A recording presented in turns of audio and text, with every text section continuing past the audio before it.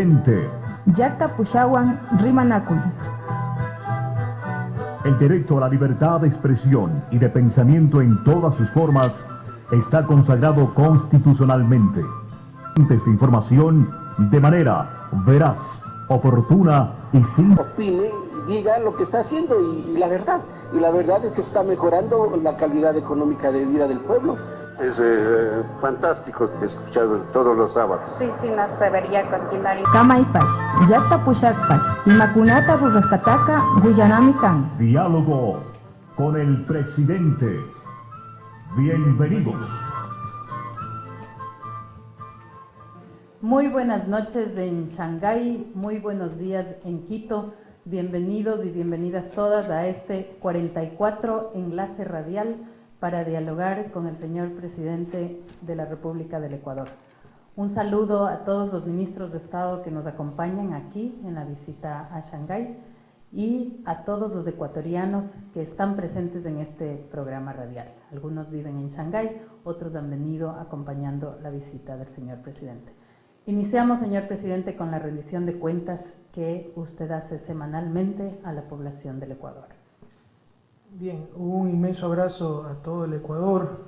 Estamos transmitiendo desde el otro lado del mundo, en Shanghái, 13 horas de diferencia. Estamos aquí con un importante equipo del gobierno nacional, varios ministros y ministras de Estado, y también un importante grupo de empresarios, visitando, aprendiendo de China, la economía que más rápido crece en el mundo, la economía con mayor cantidad de habitantes del mundo, es 4 veces Latinoamérica en habitantes, con sectores muy exitosos como Shanghái y el distrito de Pudong, donde hemos estado el día de hoy aprendiendo, viendo qué experiencias se pueden aplicar también en América Latina, en Ecuador, pero también un país con grandes problemas, ¿no? Por si acaso todavía el Producto Interno Bruto chino es muy inferior al ecuatoriano. Lo que pasa es que con 1.300 millones de habitantes, concentrando esfuerzos, se puede tener regiones muy exitosas como la de Shanghái. Pero bueno, ya hablaremos de esto más adelante. Vamos a empezar la rendición de cuentas de lo que hemos hecho esta semana, empezando incluso de la semana anterior, puesto que como estábamos de viaje no pudimos hacer la cadena sabatina, segunda vez que no la hacemos. Yo sé que le hicieron allá los ministros de Estado, sobre todo con el vicepresidente, sobre todo para denunciar la barbaridad que en su amargura hizo el Congreso al derogar todas las emergencias que habíamos decretado para poder atender salud, educación, etcétera. Como bien dijo el ministro Fernando Bustamante, es hora que el país recupere capacidad de asombro. Como vivimos un estado de conmoción constante, queremos que no hay conmoción, por favor, que los hospitales se nos caigan en pedazos, las escuelas estén destruidas, que la inseguridad vial, la falta de seguridad ciudadana por las limitaciones de la Policía Nacional, las cárceles, todo eso es conmoción interna, son cosas intolerables, pero por comunes algunos confunden con normales. Y es hora de que sepamos que todo eso es anormal y que justifica las emergencias que irresponsablemente derogó el Congreso, pero también, como dijimos en la cadena que dejamos grabada, el Congreso no nos vencerá y volveremos a establecer esas emergencias y seguiremos adelante venciendo todos los obstáculos que una partidocracia moribunda, un Congreso desahuciado nos quiera poner. Bueno, partimos de Ecuador el jueves 15 de noviembre, salimos de Quito a las 10 horas y se hizo escala en Miami. Ustedes saben lo que sucedió en Miami, parte culpa del protocolo de la presidencia, ya vamos a tomar medidas al respecto, no se puede exponer así al presidente de la República, culpa de la Cancillería en general, pero también culpa de las autoridades del aeropuerto de Miami, pues nos trataron tremendamente mal, ¿no? Como a un pasajero más y que haga migración al presidente y revisar al presidente, a lo cual al principio acepté para no haber problemas, pero al final que incluso como que si se ensañaban revisando al presidente de la República del Ecuador, pues ahí lo puso en su lugar ese tipo. En todo caso, hemos recibido las disculpas del caso por parte de la Embajada y por parte del Departamento de Estado, lo cual agradecemos y reconocemos. Pero yo les quiero decir que, en lo personal, nunca más pasaré de tránsito por Estados Unidos. Realmente allá en ese país se ve una esquizofrenia, hay psicosis, por lo que aconteció lamentablemente en septiembre del 2001, el 11 de septiembre del 2001, y se trata muy mal a la gente. Todas las veces que hemos pasado por Estados Unidos hemos tenido problemas. Cuando fui ministro de Economía, Estuve en Nueva York, tuve problemas. Cuando fui a la ONU, tuvimos problemas. Sepan ustedes que no podíamos salir en la Asamblea General de la ONU, cuando iba a llegar Bush a la ONU. Traté de cruzar la calle para ir a la Embajada de Ecuador, ante las Naciones Unidas, que queda al frente de las Naciones Unidas, y no pudimos. Estaba cerrado 3 cuadras a la redonda porque llegaba Bush. Entonces, por favor, si no pueden dar las libertades elementales para los jefes de Estado que van a esas ciudades, pues cambiemos de sitio las Naciones Unidas, pero no podemos seguir en esta situación.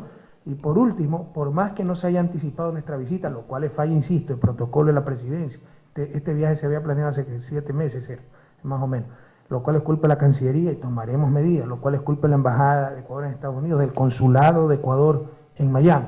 Pero incluso con todas esas fallas de anticipación, de coordinación, lo que ustedes quieran, el momento en que sabían que había un jefe de Estado, tienen que tener el protocolo del caso, pero no entienden de eso los norteamericanos.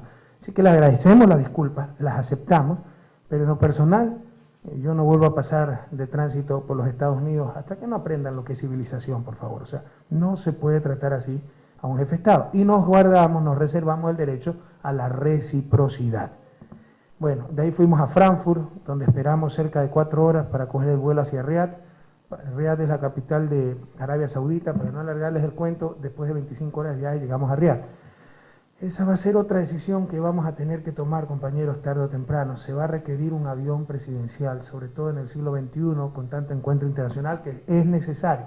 Hay cosas que son inútiles, yo sé, yo comparto con ustedes que hay cumbres que son una jura a la bandera, que solo sirve para escuchar discursos bonitos y no se saca nada en concreto. Hay cosas que son sumamente importantes, como nuestro viaje a la OPEC, nuestro viaje a China, etc. Y si no se tiene avión presidencial, se gasta el triple de tiempo, el presidente, los ministros llegan molidos. Pero no solo eso, en cada país se tiene que hacer escalas, desperdiciando tiempo, se tiene uno que exponer al maltrato de ciertos países, como en el caso de Miami. Y no solo eso, sino que en cada país nos dan regalos, y nos dan hermosos regalos, cuantiosos regalos que ustedes saben que van al Museo de Carondelet, pero créanme que eso aumenta el equipaje. Ya está vergonzoso ver a la seguridad presidencial, cuando subimos a los vuelos comerciales, cargar al hombro la espada, por ejemplo, que nos regaló el rey de Arabia, tremendamente costosa, bañada en oro, incrustada con piedras preciosas. No puede ir con el equipaje, tiene que ir uno de seguridad con esa espada en el hombro por todos lados. Entonces son cosas que en verdad no se pueden dar. Vamos a tener que invertir en un avión presidencial, vamos a tener que invertir en un par de helicópteros para trasladarnos al interior del país, helicópteros de doble turbina, porque ustedes saben cómo nos movemos al interior del país. Para muchos sitios es más fácil llegar en helicóptero, y tenemos muy pocos helicópteros de doble turbina, tremendamente viejos, que son de combate. Es necesario comprar un par de helicópteros de pasajeros, así que esto cuesta decenas de millones de dólares, pero son dólares invertidos, ¿no?, que van a servir para trabajar mejor por el pueblo ecuatoriano. Debemos entender, debemos madurar en esto, ¿no?, que no es un gasto suntuario, ni mucho menos. Personalmente yo, toda mi vida he viajado con una mochila al hombro, dormido en carpa, eso no me importa. Pero como jefe de Estado, uno tiene que mejorar la eficiencia, tiene que estar descansado, tiene que trasladarse dignamente, ¿no?, representando bien al país. Entonces es algo que el país requiere y vamos a tener que hacer ese sacrificio. Bien, entonces llegamos a Riad el viernes 16 de noviembre, les insisto, 25 horas después, mal dormidos, etcétera. Todo eso es un problema. Recuerden que uno tiene que tomar decisiones trascendentales para el país y de repente pues tiene que haber dormido algo, ¿no? Bueno, entonces llegamos a las 6:25 a Riad, fuimos recibidos. Qué diferencia la acogida de los árabes, por ejemplo. Por supuesto que ir a la visita de Estado, ¿no?, pero no se imaginan. Fuimos en vuelo comercial y obligaron al avión primero dejarme a mí en ellos tienen un terminal especial que se llama la Terminal del Rey, para recibir a los jefes de Estado con todos los honores. Entonces el avión primero me tuvo que dejar a mí y después fue con todos los pasajeros al terminal normal, ¿no? Así se trata a los jefes de Estado. Entonces fuimos recibidos con mucha amabilidad por el ministro de Estado, Saud Matami, y el ministro de Petróleo. No pudo estar el rey porque, de acuerdo a la religión musulmana, pues el viernes es día de oración, pero nos mandaron 2 ministros de Estado y príncipes de Arabia Saudita. Bueno, fuimos con un equipo de ministros y secretarios de Estado. No se imaginan el palacio donde nos alojaron, nos dieron un palacio, por si acaso.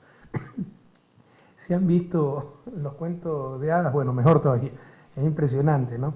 Bueno, eso no vamos hablar sobre los gustos y costumbres de nuestros anfitriones, ¿no? Pero en realidad fue algo extraordinario, mucho más de lo que se necesita, pero le agradecemos muchísimo la gentileza al pueblo de Arabia Saudita y a su majestad Abdullah Abdulaziz Al Saud por toda su acogida, fraternal acogida que nos dieron. Bueno, después tuvimos la cena, no se imaginan también la cena, pero bueno, vamos a llegar como con 20 kilos de más a Ecuador. Sábado 17 de noviembre empezamos, como nosotros llegamos un día antes de la llegada de los jefes de Estado, precisamente por no tener avión propio, ¿no? Entonces la única manera era llegar el viernes 16. La cita en realidad empezaba el sábado 17 a las 7:30, fíjense.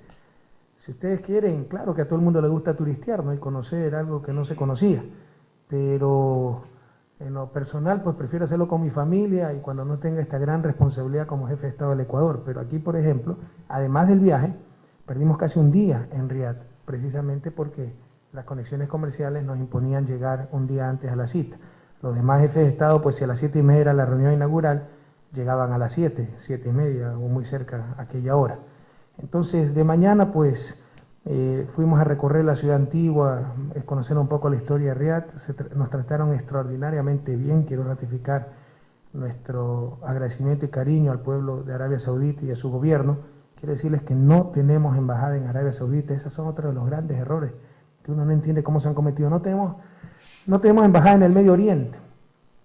Es decir, ni en Arabia, ni en Emiratos Árabes, ni en Irán, ni en Irak, todos ellos países petroleros, muchos de ellos desérticos que carecen de todo, necesitan urgentemente suministro y tienen la liquidez para pagarlo.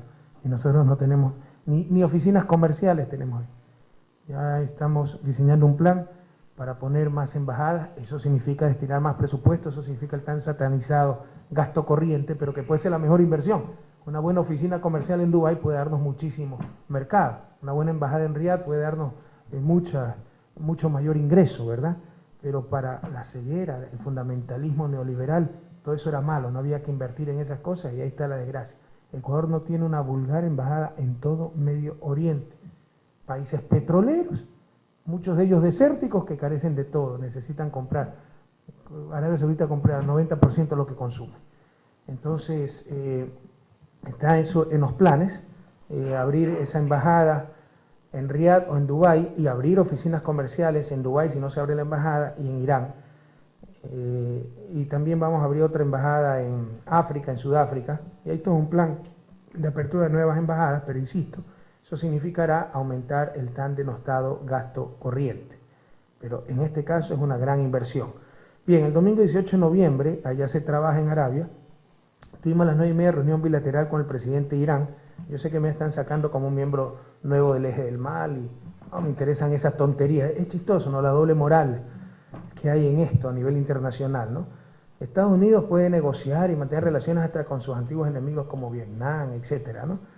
Nosotros no podemos conversar comercialmente con Irán porque ya estamos en el Eje del Mal y alineándonos con Irán. ¿Y qué es el Eje del Mal para ellos? El país que empiece a desarrollar energía atómica, o sea, solo algunos países tienen el derecho de tener energía atómica. Entonces ya no nos prestemos a esas tonterías. Además es chistoso porque, por ejemplo, un Robert Selig, ex subsecretario de Comercio de Estados Unidos, que ahora es presidente del Banco Mundial, decía que el comercio es la mejor manera de garantizar la democracia en los países, la hermandad, la paz, etcétera, ¿no? Que países que comercian, el libre comercio, etcétera, son los países más estables y con menos conflictos.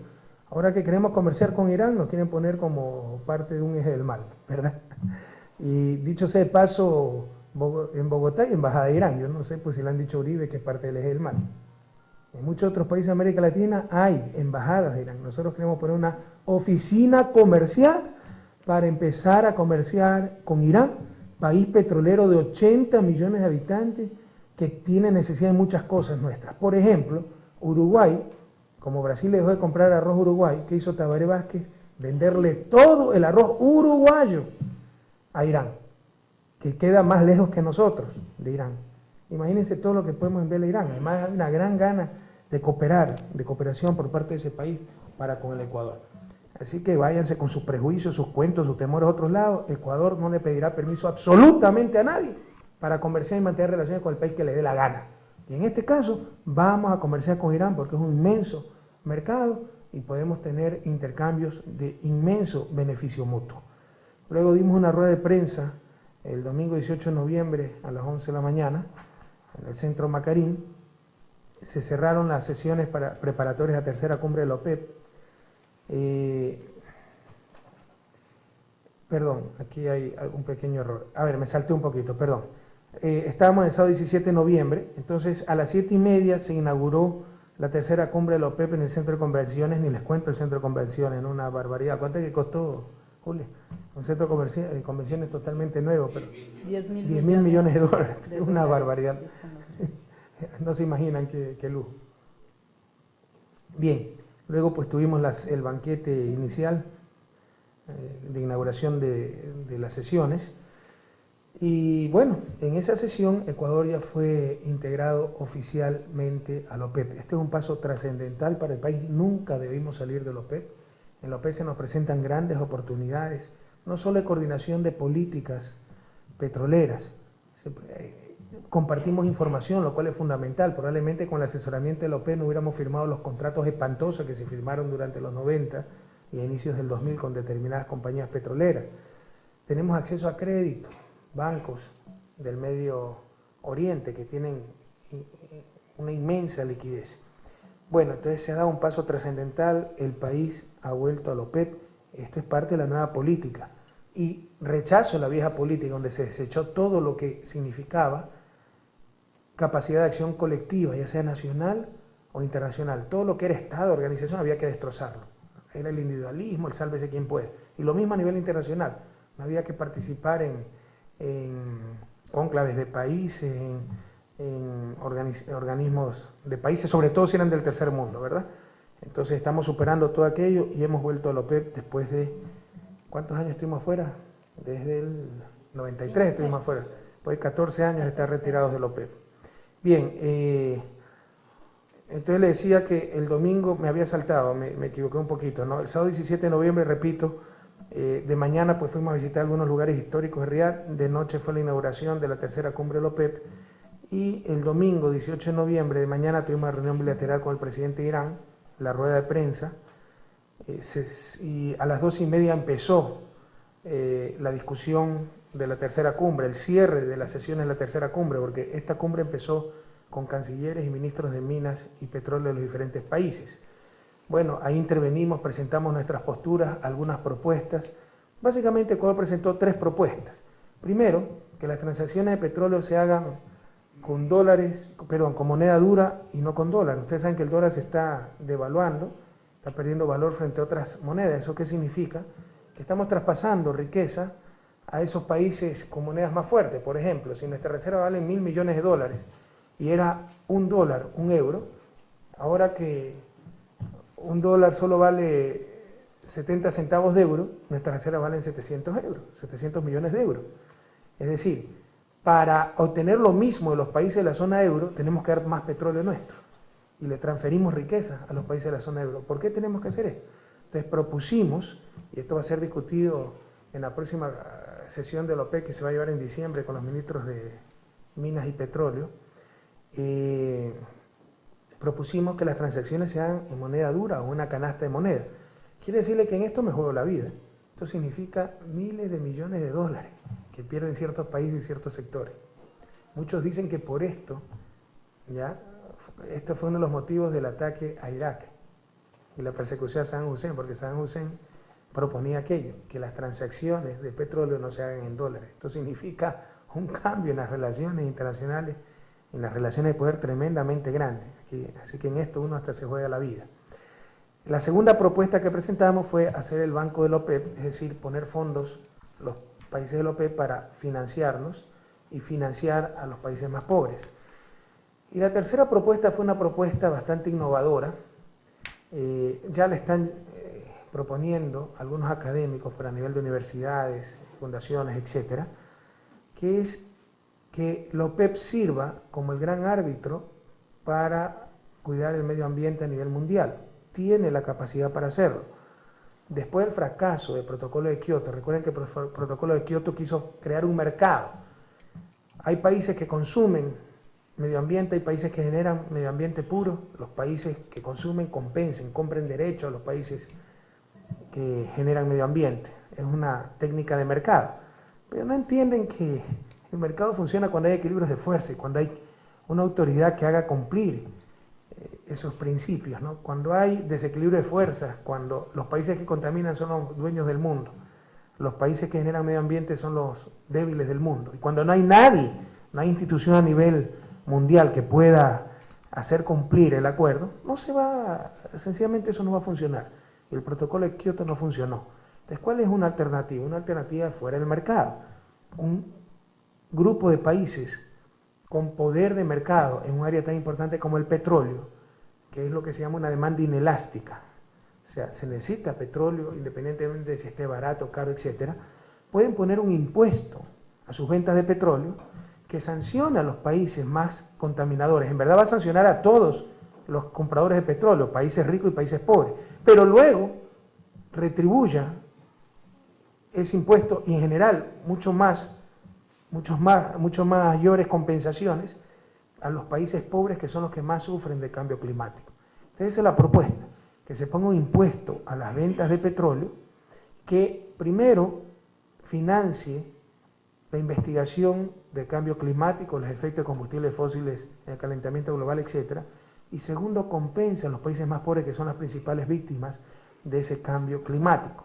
¿Quién puede ser el agente que haga esto? La OPEP, junto a otros países. La OPEP solo tiene 40% de la producción mundial, junto a otros países productores de petróleo conscientes, como Noruega, México, el propio Brasil, aunque Brasil no es exportador, etcétera, ¿verdad? Entonces, no era exportador, acaba de descubrir grandes reservas que lo va a convertir en exportador, pero en unos 5 o 6 años. Entonces, estas fueron las propuestas de Ecuador que están sobre la mesa y se seguirán discutiendo. Luego intervino Irán, Venezuela, nos apoyaron en estas iniciativas, sobre todo en lo del Banco de la OPEP y sobre todo en que se necesita una moneda dura para las transacciones de petróleo, y los titulares de la prensa de Ecuador dijeron que yo me había alineado con Irán y Venezuela, ¿no? Irán y Venezuela tuvieron la gentileza de alinearse con Ecuador, pero no entienden nada, ¿qué le vamos a hacer? Bueno, se dio lectura a la declaración de Riad, una declaración que si nosotros hubiéramos participado en ella no lo hubiéramos aprobado, ¿no? Es una oda al neoliberalismo de la globalización. Los mismos discursos cansados, lugares comunes de siempre. Para no hacer problema no nos abstuvimos en la plenaria, pero no participamos de esta declaración, ¿no? Esto se ha venido trabajando hace unos 6 meses, pero una declaración bastante sosa. Por eso también hubo algunas noticias de que Chávez quería politizar la reunión. No se trata de eso, se trata de que la OPEP tiene que tener un rol más proactivo y no estar hablando de que defender al mercado y que las fuerzas del mercado. ¿Qué fuerzas del mercado, por favor? Todos sabemos cómo se maneja el mundo petrolero, que hay fuerzas muy reales, no de mercado. Se supone que la fuerza del mercado significa miles de consumidores, miles de productores, generando bienes que todo el mundo los puede generar. Aquí los recursos naturales no renovables están en oferta fija, para empezar. Ya no puede ser un mercado competitivo y no se puede hablar de la estancaridad de fuerzas de mercado. Segundo, todos sabemos pues que son determinadas compañías que manejan el mercado, etcétera, y tenemos que responder a esas, ahí sí, fuerzas muy visibles, muy concretas de mercado, pero no dejar a esa entelequia de mercado como que sí, convertir al mercado en una entelequia infalible que todo lo resuelve, ¿no? Y más o menos en ese sentido está esa declaración bastante pobre. Entonces lo que decía Chávez es que la OPEP debe tener un rol más político, en el sentido de que debe propender al desarrollo de los pueblos más atrasados, etcétera. Y eso tiene toda la razón, por favor. ¿Quién ha dicho que el manejo de un recurso estratégico como el petróleo, que está muy lejos, les insisto, de ser un mercado competitivo, que las políticas públicas que tenemos que hacer los países productores de petróleo son puramente técnicas? Ese es el mayor cuento que existe. Esa opción ya es política, porque significa dejar actuar al resto por sí solo, ¿verdad? Estar en una posición pasiva frente a fuerzas muy reales. La OPEP debe tener un rol más proactivo, más concreto, por ejemplo en la redistribución del ingreso mundial, por ejemplo en la lucha contra la contaminación, contra el calentamiento global, etcétera. Y eso significa un rol político. Bien, luego pues inmediatamente después de la cumbre, pasar por el aeropuerto ni nada, y precisamente por no tener propio, ¿no? Los demás presidentes pueden ir, darse una ducha, cambiarse de terno, etcétera. Nosotros tuvimos que salir directo porque perdíamos el vuelo, y cogimos el vuelo a las 6:25 de Riad a Dubái. A Dubái llegamos más o menos a las 9 de la noche, tuvimos que esperar 4 o 5 horas, donde salimos 2 de la mañana de Dubái a Beijing. Ahora, el aeropuerto internacional de Dubái es un aeropuerto de transferencia, un aeropuerto las 24 horas del día pasa repleto, pero básicamente no es gente que va a Dubái, sino que es gente que de ahí va a China, a Singapur, Hong Kong, etc. Y esa es la idea un poco también del aeropuerto de Manta. Esa es la idea que hemos querido vender aquí en el Medio Oriente y en el Lejano Oriente, como se conoce a China, aunque si ustedes ven primero en una esfera, que es el globo terráqueo, no sé cómo se puede determinar Oriente y Occidente. Es una visión eurocéntrica, ¿no? Para Europa, China estaba hacia el Oriente. Para nosotros, China está hacia el Occidente, por si acaso, ¿verdad? En todo caso, esa es la visión que queremos vender, ¿no? De que Ecuador puede ser la puerta de entrada, debe ser la puerta de entrada del Medio Oriente y del Lejano Oriente hacia América Latina, y la puerta de salida de América Latina hacia estas regiones. Y para eso es clave infraestructura, y para eso es clave un gran aeropuerto de transferencia. Entonces, la idea es en Manta, cuando se acabe el convenio de la base de Manta, replicar un modelo de aeropuerto como el de Dubái. Lo ideal sería que entren capitales chinos, si es posible, también de Emiratos Árabes o del Medio Oriente, para asegurar también que aerolíneas de esos países vayan a ese aeropuerto. Y de ahí, pues llegando a Manta, vayan a Buenos Aires, a Brasilia, a Santiago, a Lima, etcétera, ¿no? Entonces, eso es lo que hemos estado proponiendo. Además, con el eje Manta-Manaus, después de llegar a vía aérea al aeropuerto, se puede hacer la transferencia para ir multimodalmente, vía terrestre y fluvial, hasta el importantísimo mercado brasileño. Hoy, la mayoría de vuelos del Medio Oriente, del Lejano Oriente, hacia América Latina, atraviesan todo el Asia, atraviesan toda Europa, atraviesan todo el Atlántico, y si van a la costa pacífica de América Latina, atraviesan también toda América Latina, lo cual es un absurdo. Atravesando el Pacífico ya pueden llegar acá. Bien, entonces llegamos, salí de Dubái, les insisto, 2 de la mañana, no se durmió nada ese día, llegamos a Beijing a las 2 de la tarde, donde también fuimos recibidos con una extrema cortesía. Es impresionante el protocolo chino, la importancia que le dan a todos los jefes de Estado, cómo todo ha marchado a la perfección, cómo todo una organización extraordinaria, todo ajustado al milímetro y con una gran cortesía, ¿no? Nos han tratado extraordinariamente bien. Bueno, ¿cuáles eran los objetivos de esta visita a China? Les insisto, China ya es la cuarta economía más grande del mundo, es la economía que más crece en el mundo, es la economía más poblada del mundo y está frente a nuestro, atravesando el Pacífico. América Latina en el siglo XIX vio hacia Europa, Europa vio hacia América Latina y se llevó bastantes cosas, ¿verdad? Si en ese tiempo hubiera existido la tan cacareada deuda externa, la contabilidad moderna, etcétera, fueran ellos los deudores, no nosotros. En el siglo XX vio hacia el norte, y es hora que en el siglo XXI veamos hacia nuestro occidente, y Ecuador lo va a hacer, esa es la decisión política del gobierno, ver a mercados tan inmensos como China e India, y también el Medio Oriente. Entonces, es sumamente importante esta visita a China por las complementariedades que tenemos entre estos dos países, no solo a nivel de conectividad para entrar a América Latina, salir de América Latina. Ecuador sería el punto natural de llegada y salida, sino también, por ejemplo, el gran talón de Aquiles del crecimiento chino es asegurar sus fuentes energéticas, es deficitario en energía china, y Ecuador puede parcialmente asegurar esas fuentes, con la refinería que se va a construir en Manabí, en la costa pacífica, enviar derivados, exportar derivados a China. Por eso también a China le conviene invertir en petróleo, invertir en exploración en Ecuador, y de eso también hemos hablado, ¿verdad? Porque de esa manera asegura sus fuentes energéticas, al menos en parte. Entonces llegamos a las 2 de la tarde el lunes, esa tarde pues molidos, sin haber dormido nada, etcétera. Descansamos un poco, aunque de noche sí tuvimos reunión de trabajo con todo el equipo, y empezamos las actividades pues el día martes 20 de noviembre, donde visitamos la empresa de telecomunicaciones Huawei, que trabaja en Ecuador, le va bastante bien. Visitamos la Gran Muralla China en el sitio Badalín. Algunos dirán, se fue a hacer turismo, ¿no? En verdad, bueno, por supuesto que es una maravilla conocer todo aquello, pero ustedes entenderán, o sea, cuando hay una visita de Estado, es como que si vaya un jefe de Estado a Quito y no quiera visitar las iglesias, los templos de Quito, o sea, es una cortesía para ese país, ¿no? Es un orgullo para ese país su riqueza natural, su riqueza cultural. Entonces uno siempre tiene que dejar espacio para estas cosas, una cortesía para el país anfitrión, aunque por supuesto es un privilegio para uno no conocer muralla china, una de las grandes maravillas del mundo, es Tanto un es así privilegio. que hay un libro en el que están los jefes de Estado que visitan la muralla, ¿no? Allí. Así es. Visitamos la Gran Muralla China, luego pues fuimos al Palacio del Pueblo Chino, y donde tuvimos el encuentro ya de tarde con el presidente de la República China, el señor Hu Jintao. Nuevamente pues una extraordinaria ceremonia de bienvenida.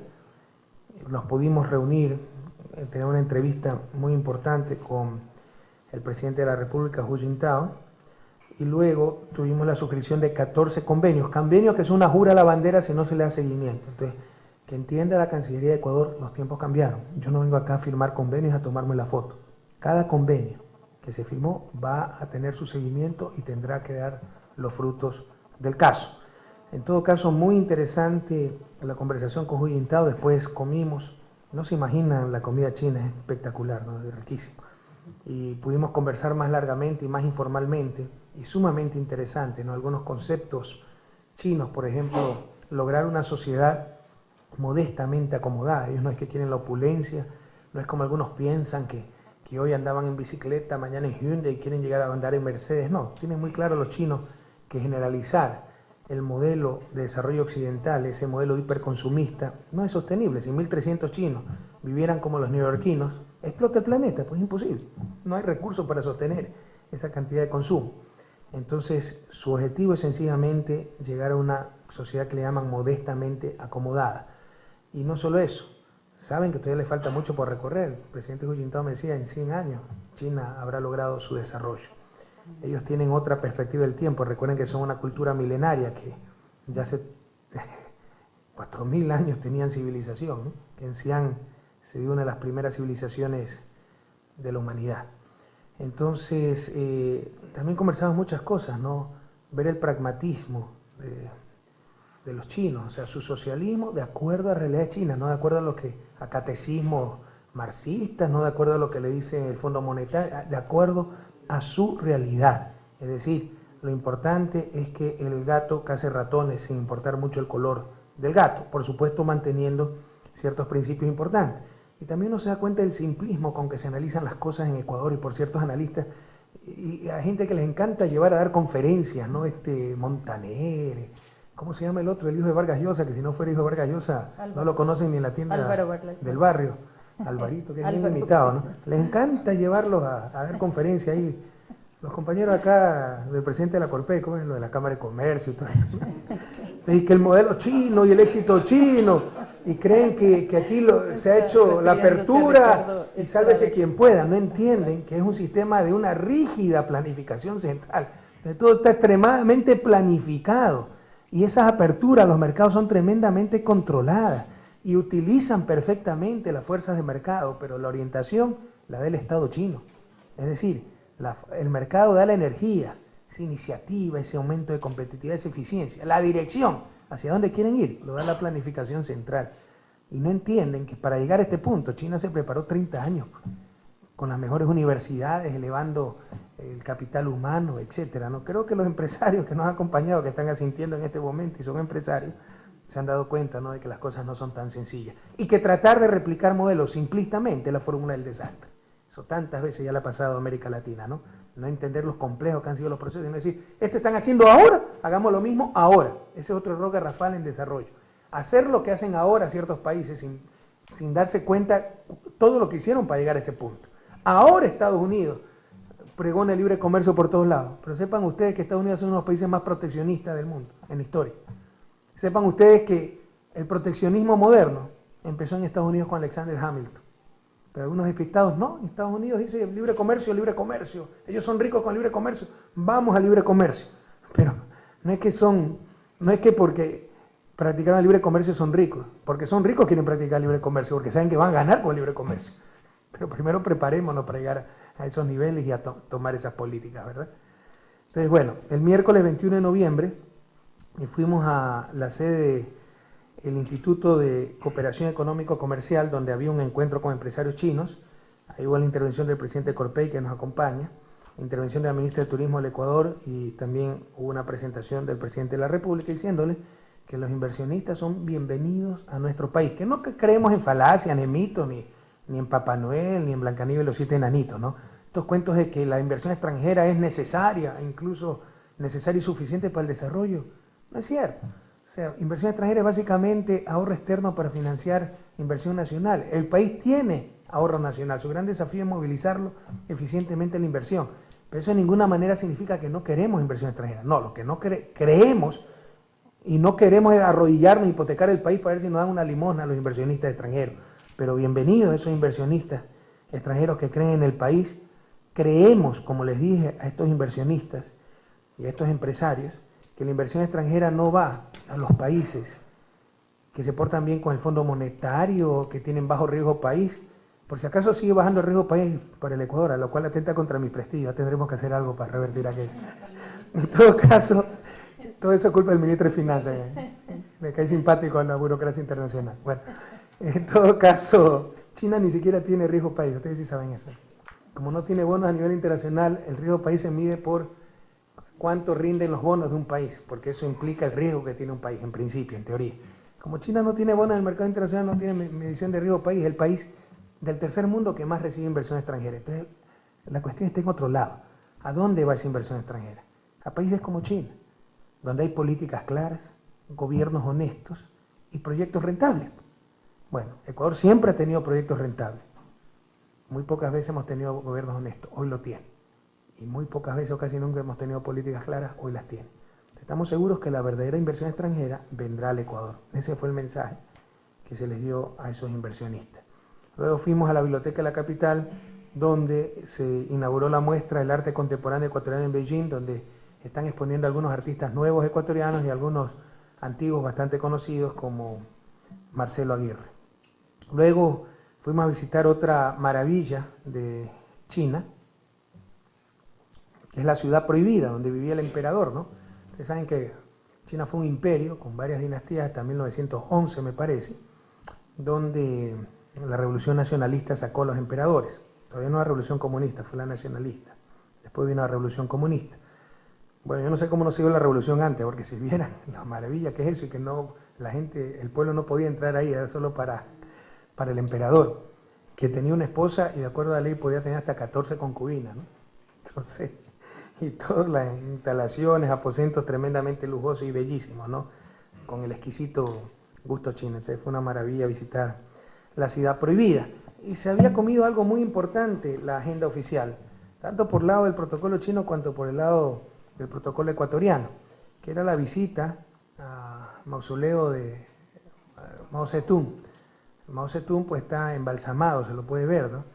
Mao Zedong fue el fundador de la República Popular de China en 1949, cuando vence la Revolución Comunista, que él la dirige, la lucha la dirige por más de 3 décadas, y bueno, como siempre, ¿no? O sea, un sencillo maestro rural, en base a convicción, etcétera, organizó grandes ejércitos, sobre todo de campesinos, y logró vencer al ejército nacionalista y de ultraderecha, ¿no? La Armada Blanca, con el general Chiang Kai-shek, ¿verdad? Chiang Kai-shek, que luego, pues al ser derrotado, se fue a la isla de Formosa, el actual Taiwán. Entonces, esa victoria se dio en 1949, y Mao Zedong, pues, fue un tipo extraordinario, con grandes aciertos, por supuesto, pues, un sencillo maestro rural, y en el proceso de aprendizaje de China también hubo grandes errores, como el gran salto adelante, la revolución cultural, etcétera, ¿no? Pero un tipo extraordinario. Así que pedí que nos permitan visitar el mausoleo, pues enseguida aceptaron las autoridades chinas y tuve esa oportunidad de visitar la tumba de Mao Zedong. Bien, entonces a las 2 de la tarde de ese día, el día miércoles, dimos una conferencia en la Academia de Ciencias Sociales de China hacia el socialismo del siglo XXI, donde pues participaron varios académicos chinos, ¿no? Entonces fue un evento bastante interesante.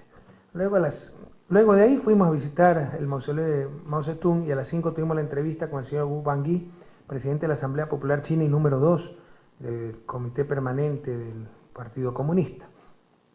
También una reunión bastante interesante donde le volvimos a exponer nuestra visión de las relaciones que pueden tener China y Ecuador, sobre todo como puerta de entrada y salida para América Latina, y lo importante que es Ecuador en las relaciones América Latina-China y las inversiones de infraestructura que hay que hacer en Ecuador, como por ejemplo el nuevo aeropuerto de Manta, el puerto, la vía Manta-Manaus, etc. Bien, y luego a las 6 de la tarde tuvimos la cena con Lee Chan-chung, quinto en el orden de jerarquía del Comité Permanente del Buró Político del Partido Comunista, y que había visitado Ecuador en el mes de marzo. Entonces ya lo consideramos un amigo y él nos considera también un amigo. Quiero decirles como propaganda que fuimos al restaurante Helping Men, especialista en patos, desde hace más de un siglo. Llevan la cuenta de los patos, 1 millón, ni sé cuántos. Ahí nos presentaron el número de patos que nos estábamos comiendo. Pero quiero decirles, y yo algo he comido, que es una de las mejores cenas que he tenido en mi vida. ¡Qué delicia! Eso era una obra de arte, ¿no? ¡Qué delicia! Una maravilla. Nunca pasar del seco de pato en Nogola al pato, ¿cómo se llamaba el pato acá? Pato laqueado y numerado acá en Pekín. Bueno, ha sido un salto más grande, muy grande, estaba delicioso. Por supuesto, el seco de pato en Nogola también muy rico, pero estaba delicioso. Bueno, jueves 22 de noviembre, tuvimos pues una entrevista para el canal de la televisión china en español, luego tuvimos la conferencia de prensa a las 9:45, luego fuimos a visitar la Feria de Exposición de Productos de Exportación de Latinoamérica, el Caribe y Medio Oriente, que por primera vez se organiza en China. Ahí pudimos saludar con algunos empresarios ecuatorianos que estaban exhibiendo sus productos. También visitamos a los hermanos de América Latina, ¿no? Perú, Uruguay, México, etc. Y luego pues regresamos al hotel para prepararnos a salir al aeropuerto. A las 2 de la tarde salimos del aeropuerto. De nuevo les insisto, o sea, con mucha deferencia nos han tratado las autoridades chinas. Hacen que el avión también vaya al terminal especial, pese a que es un vuelo comercial. Antes de coger los pasajeros nos recogen a nosotros en el terminal para jefes de Estado. Bueno, y fuimos a la ciudad de Xi'an. Esta ciudad también es que ustedes, algunas veces en Ecuador es difícil manejar las magnitudes que se ven aquí en China. Recuerden, China es una cultura que tiene unos 5.000 años, ¿no? O sea, es una de las primeras civilizaciones, y precisamente en Xi'an empieza la civilización china. Civilización significa cuando el hombre dejó de manejarse en base a la fuerza, a la barbarie, sino que tenía leyes que se respetaban, instituciones, etcétera, ¿verdad? Un cuerpo social organizado.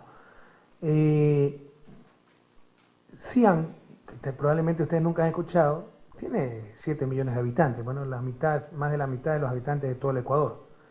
Entonces, y es una ciudad que ya hace, ¿cuántos años? 1300 años, en el siglo VII, ya tenía 1 millón de habitantes. Es decir, probablemente fue la primera ciudad en la historia de la humanidad que sobrepasó el 1 millón de habitantes. Y era capital de la China imperial. Y tuvo cerca de 13 dinastías ahí. Entonces, más que 13 dinastías, 13 generaciones de dinastías. Entonces, es un lugar muy importante, tanto en lo cultural, lo histórico, cuanto en lo tecnológico, porque también es un centro de ciencia y tecnología. Entonces, fuimos invitados por las autoridades chinas para visitar Xi'an y la provincia de Shanxi. Xi'an es capital de la provincia de Shanxi. Nos recibieron de forma extraordinaria también, cenamos con las autoridades chinas y luego nos llevaron a un espectáculo de danza en el templo Tangle. La danza y el arte que se realizaba sobre todo en la dinastía Ming, ¿era verdad? Una dinastía muy próspera, que ¿fue la Ming? Tang, perdón, la dinastía Tang era así, una dinastía muy próspera que pudo desarrollar mucho el arte y la cultura. Bueno, el día viernes fuimos a visitar lo que muchos llaman la octava maravilla del mundo, ¿no? Que son los guerreros de terracota de la dinastía Qin, del primer emperador Qin. El primer emperador Qin en chino es Qin Shi Huang. Los que no conocen, bueno, los chicos que me están escuchando busquen en internet porque esto es una maravilla. Los emperadores chinos, sobre todo la dinastía Qin, creían que la vida continuaba después de la muerte, pero que continuaba con los códigos terrenales, es decir, que tenían que tener ejército, su palacio, su trono, etc. Por eso trataban de llevarse la mayor cantidad de cosas al otro mundo, para que les sirvan allá, para no perder poder. Entonces el primer emperador de la dinastía Qin, Qin Shi Huang, fue emperador a los 13 años. A los 13 años empezó a preparar su tumba. Trabajaron miles de obreros y ¿qué hizo? Reproducir su ejército en figuras de barro. con carrozas, con armas de bronce, su palacio, reproducirlo, etcétera, y todo lo enterraron, ¿verdad? Es decir, lo enterraron con su palacio, su trono, sus guerreros, etcétera. Bueno, eso se descubrió en 1974. Hay muchos emperadores enterrados de esta forma, porque les insisto, ellos creían que en la vida después de la muerte, pues una vida con los códigos de la vida terrenal, y mientras más poder tenían, mejor. Y eso es una maravilla, ¿no? Ver miles de guerreros en barro, en tamaño natural, con expresiones cada uno diferente. Probablemente el emperador mandaba a sus guerreros a modelar mientras hacían las figuras. Impresionante, algo realmente impresionante. También se sabe dónde está el mausoleo, es decir, la tumba con el palacio, la réplica del palacio del emperador, pero todavía no hay las técnicas para garantizar que se puede excavar y sin destruir dicho mausoleo. Lo que se ha logrado excavar es la armada que se había puesto a 1,5 kilómetros fuera del castillo, o sea, como en la vida real, ¿no? El palacio y la armada defendiendo el palacio. Entonces es una verdadera maravilla, ¿no? Y un orgullo para los chinos, por eso, como una muestra de referencia, además de lo importante que es para cultura general, etcétera, con mucho gusto fuimos a visitarlo. Luego fuimos a visitar el Centro de Investigaciones Agrícolas y Tecnológicas a 1 hora de Xi'an, no recuerdo exactamente la ciudad, pero esto es muy interesante y tal vez Jiangli, lo más interesante de todo, porque ya vamos a hablar de Shanghái. Shanghái es un modelo difícil de replicar para un país como Ecuador. Pero ¿dónde está la ventaja comparativa de Ecuador? Está en su capital natural, en su belleza natural, etc. Por eso el turismo es una de las líneas estratégicas que tenemos que desarrollar para el futuro del país. Pero también está en la agricultura. Somos un país que tiene 12 meses de agricultura. Imagínense países que solo tienen 3 meses, 4 meses. ¿Ya? Es decir, necesitan tener mucha más productividad que nosotros. Aquí tenemos ventaja comparativa. Resulta que los chinos están desarrollando sistemas de muy alta productividad en agricultura, incluso sistemas para que los árboles crezcan 30%, 40% más rápido. Otra de las líneas que hay que desarrollar en el país, que ya las tenemos en el Plan Nacional de Desarrollo, ya la estamos implementando, tenemos que acelerar el paso, es la madera. Entonces sembrar teca, por ejemplo, la reforestación, pero a gran escala, ¿no? Y precisamente uno de los principales mercados para esa madera es China, donde se consume muchísima madera. Toda la ciudad prohibida es de madera, los chinos construyen en madera, no en cemento ni mucho menos, y todavía siguen utilizando mucha madera. Entonces fue muy interesante ver todas las técnicas, ver nuevos abonos, que con 12 frasquitos de, ¿cuánto será eso? 3 litros, se puede abonar toda 1 hectárea de tierra y los resultados son impresionantes. Este es un abono de potasio, nuevas técnicas para, les insisto, ahorrar agua, para aumentar productividad, para hacer crecer más rápido los árboles, etcétera. Esto es tremendamente importante para el país. Vamos a mandar una misión del Ministerio de Agricultura para que visite con más detenimiento, porque esta es una de las líneas que hay que desarrollar. Recuerden, nuestra ventaja comparativa está en la agricultura, no en ser centro financiero y esas cosas como Shanghái. Cuidado, nos ofuscamos por la belleza de Shanghái, la imponencia de su éxito, etcétera. Pero hay que ver si se puede replicar en un país como Ecuador. Lo que sí se puede replicar y donde sí tenemos ventajas comparativas es en la parte agrícola, ¿verdad? Entre otras cosas, con 12 meses de agricultura, que los chinos no tienen. Por eso el invernadero que vimos es mucho más caro que el que nosotros tendríamos que hacer, porque aquí sí hay que hacer invernaderos para 4 estaciones, para estaciones tremendamente calientes, tremendamente frías. En Ecuador no tenemos esos cambios tan bruscos, en consecuencia se necesita menos inversión. Eso significa ventaja comparativa. Bien, el día sábado, a las 6:35 cogimos el avión para Shanghái. Nuevamente les insisto, pese a ser un vuelo comercial, con todos los honores, obligan a que el avión vaya hacia el terminal donde están los jefes de Estado. Uno se monta en el avión vacío y luego van a ver al resto de pasajeros, ¿no? Y llegamos a las 8:35 al aeropuerto internacional de Pudong, un distrito de Shanghái, una ciudad realmente fascinante. A las 9:30 llegamos al hotel y empezamos la actividad el día sábado 24 de noviembre, el día sábado en el que todavía estamos.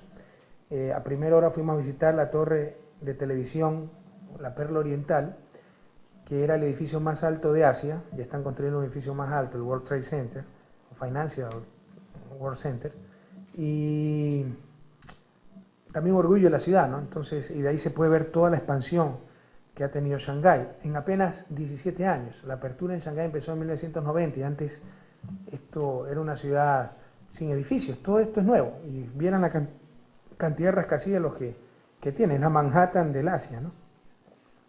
Luego, pues, de visitar la torre y darnos un poco cuenta de cómo ha crecido Shanghái y cómo se está desarrollando, y todo esto planificadamente, no es que desordenadamente, no, todo tiene una planificación extraordinariamente precisa.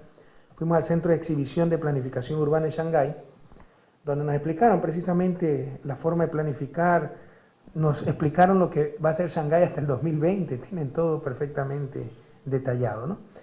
Luego, pues, nos fuimos al mediodía al Hotel Plaza, Radisson Plaza, para encontrarnos con el señor alcalde de la ciudad, Han Shen, con el cual, pues, compartimos una conferencia,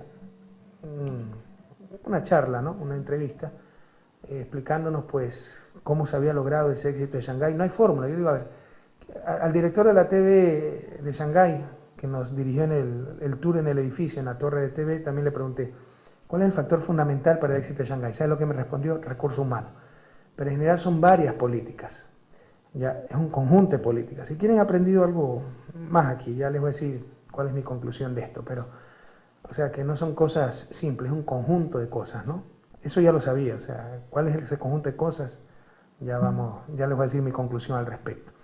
En todo caso, conversamos, pues, con el alcalde, su planificación, por ejemplo, toda su planificación local está subordinada a una planificación central. Ese es otro de los grandes errores en Guayaquil, más que en Guayaquil, en Ecuador. Creer que la planificación local debe estar desarticulada de la planificación central, y el momento en que se trata de articular, están impidiendo el progreso de Guayaquil, están impidiendo el progreso de Quito. Por ejemplo, ¿tiene algún sentido que consejos cantonales decidan sobre aeropuertos internacionales? Analicemos sensatamente, con masa gris, no con vísceras, ¿no? Si eso tiene algún sentido, porque un aeropuerto internacional afecta a toda la nación, no afecta al cantón. Entonces tenemos que organizarnos, ordenarnos al país, todos buscamos el desarrollo de todo, aquí no hay nadie insensato, nadie imbécil, nadie enemigo de Quito, Guayaquil, buscamos honestamente el bien común. Entonces pregunten en Shanghái si el desarrollo local que se está dando en Shanghái es desarticulado de la planificación central, es totalmente subordinada a esa planificación central. Y precisamente por eso no es que se repiten los puertos, no es que Shanghái pone un puerto aquí, la ciudad a 30 kilómetros pone el otro puerto y se pone a competir, las dos fracasan.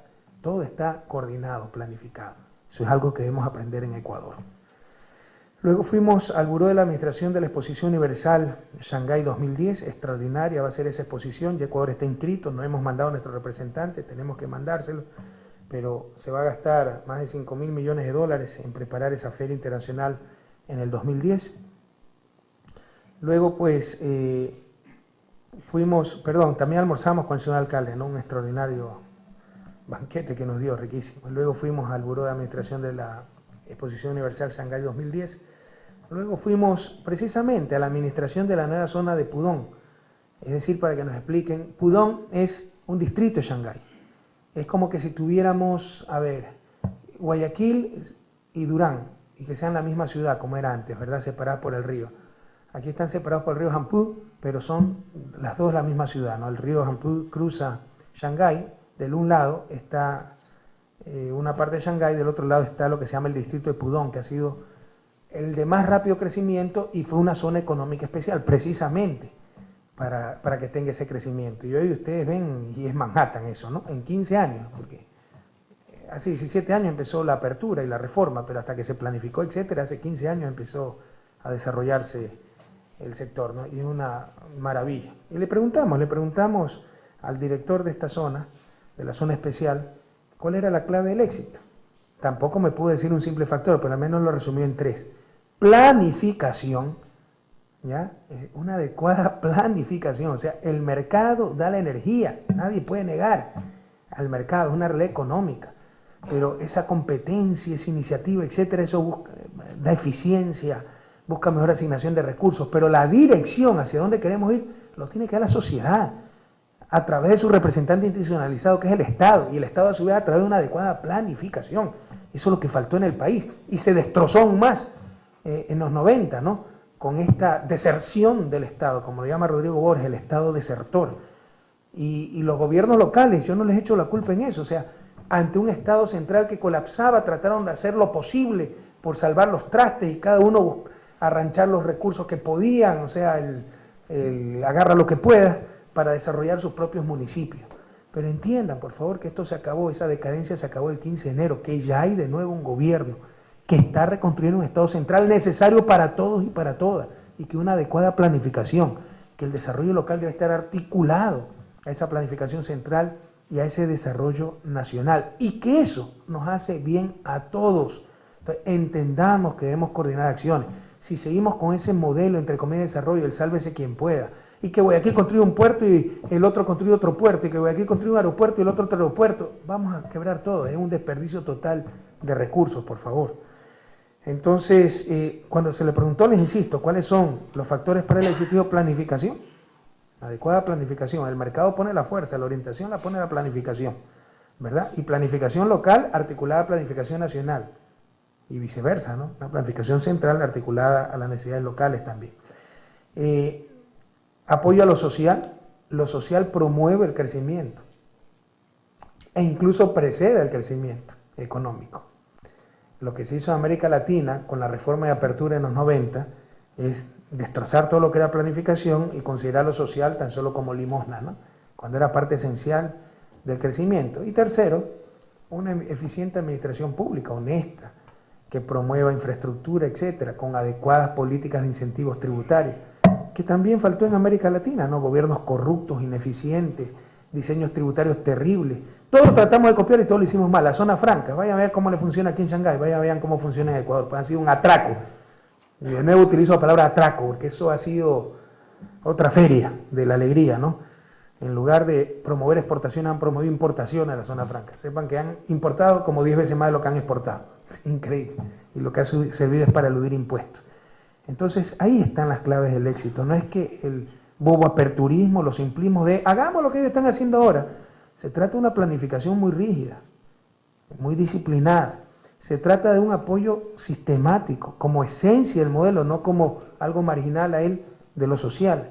Se trata, y esto es fundamental, de una administración pública eficiente y honesta. Mientras sigan los grados de corrupción que siguen en Ecuador, no vamos a ningún lado.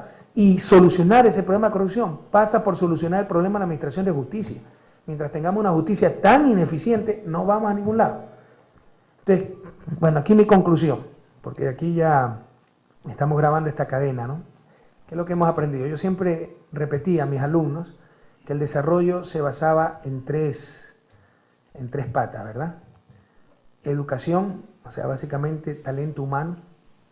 Justicia, porque gente educada sin justicia es gente frustrada. Y productividad, es decir, esa base material que sostenga ese servicio social como la educación, pero con justicia, ¿no? Si no, tenemos sociedades frustradas, sociedades del abuso, etc.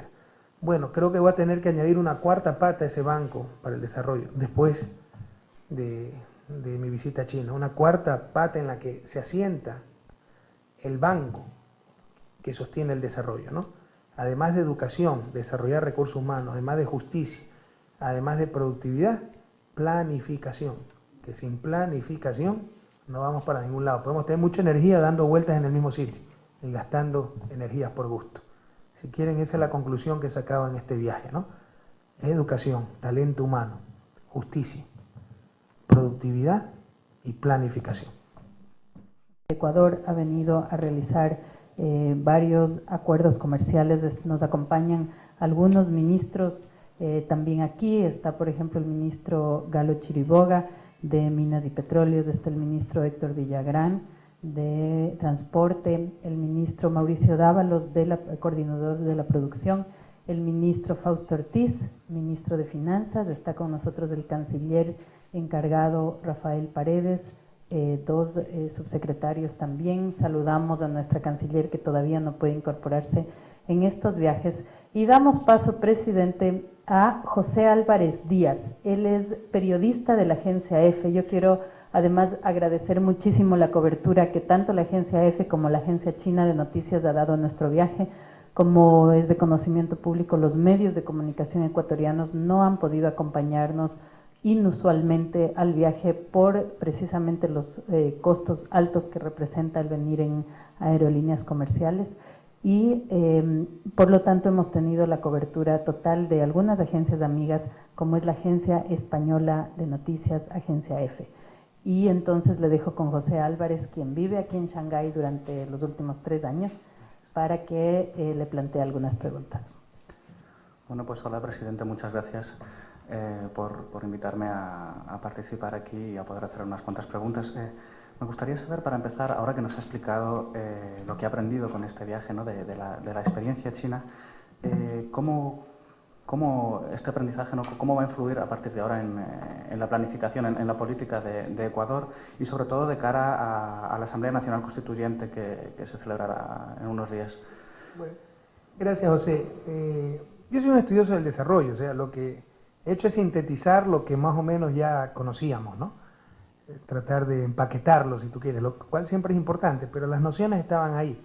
Por eso, del primer día de gobierno hemos tratado de reconstruir la capacidad de regulación y planificación del Estado. Capacidad de regulación y planificación que fue destrozada en época neoliberal. Acuérdense que antes teníamos la Junta de Planificación, que luego se llamó Consejo Nacional de Desarrollo. La Constitución del 98 le redujo una oficina adscrita a la Presidencia de la República. Nosotros hemos fortalecido esa Secretaría de Planificación, hoy es una importante secretaría y seguiremos fortaleciéndola. Entonces estamos reconstruyendo la capacidad de planificación. Después de 25 años, por fin el país tiene un Plan Nacional de Desarrollo que es perfectible, lo vamos enriqueciendo día a día, pero ya están las bases. Y no solo eso, te puedo decir que es una concepción muy interesante, basada en derechos, no basada en sectores como normalmente son los planes economicistas, y es un instrumento para toma de decisiones y control de gestión. O sea, ahí están las metas y se pueden ir midiendo las metas. Y por ejemplo, si tenemos presupuesto para aumentar 300.000 raciones diarias de desayuno escolar, ya no es que se da en función de qué alcalde gritó más, ¿no?, cuál es más bravucón, sino que se aprieta un botón y el programa te los distribuye de acuerdo a las necesidades de cada región. Entonces, hemos dado grandes pasos ahí en la planificación, en el proceso de toma de decisiones y en el control de gestión. Y estamos recuperando esa capacidad de regulación del Estado. Lamentablemente hay todavía mucha fuerza, pese al gran capital político que tenemos, todavía hay muchas fuerzas minoritarias, pero con gran poder económico, mediático, etcétera, que trastornan todo, ¿no? Por ejemplo, el rato en que uno critica las concesiones aeroportuarias, donde el Estado, a inicios del 2000, en el gobierno de Gustavo Noboa, se dio aeropuertos que valían cerca de $600 millones a los 2 municipios más ricos del país. Esos aeropuertos eran los únicos rentables y serían para mantener los otros 21 aeropuertos del país. El rato en que uno dice, oye, esas concesiones están mal dadas, el gobierno debe recibir algo. Enemigo Guayaquil, y vengan los guayaquileños y pongan sus banderas. Y sale yo de Ginata, ¿no?, ahí con la espada de Alfaro, y sale, ¿cómo se llama la otra señora esta? Margarita Rosemena Gómez Vince. Hasta los apellidos, ¿no? Entonces, es difícil. El país todavía tiene que entender que todos debemos ponernos de acuerdo para sacarlo adelante, ¿no? Pero se está tratando de recuperar esa capacidad de regulación del gobierno central, de organizar al país, que los consejos cantonales decidan lo que tiene influencia, repercusión a nivel cantonal, pero por el amor de Dios, lo que tiene repercusión a nivel provincial debe ser decidido por los consejos provinciales, y lo que tiene repercusión a nivel nacional, como aeropuertos internacionales, tiene que ser decidido a nivel nacional, pero sí es algo tan obvio, ¿verdad? Lo que pasa es que, te insisto, con el neoliberalismo a inicios de los 90, Ecuador ha vivido la ley de la selva, la ley del más fuerte. Y hay muchos que no entienden que eso acabó en enero 15 del 2007, cuando asumimos el gobierno. Entonces, estamos ya trabajando en eso, en recuperar la planificación nacional, y hemos dado grandes pasos, tal vez donde más hemos avanzado, en la capacidad de regulación del Estado. Ahí tenemos más problemas porque es cuestión de poderes, ¿no? Todavía hay poderes locales muy fuertes, que se oponen a todo, se oponen a que le quiten sus privilegios, etc. Hemos avanzado también mucho en la parte social. También la parte social tal vez es lo que más ha funcionado. O sea, el gabinete social es una maravilla. Tenemos ministros increíbles de la propia coordinadora. Acá está la ministra Carolyn Chan de Salud. Es donde más hay mujeres, tal vez en el sector social, y es el que mejor marcha. En la cuestión de justicia, es poco lo que hemos podido avanzar, la justicia es autónoma. Ahí con la Constitución, con la Asamblea Constituyente se podrá dar importantes pasos.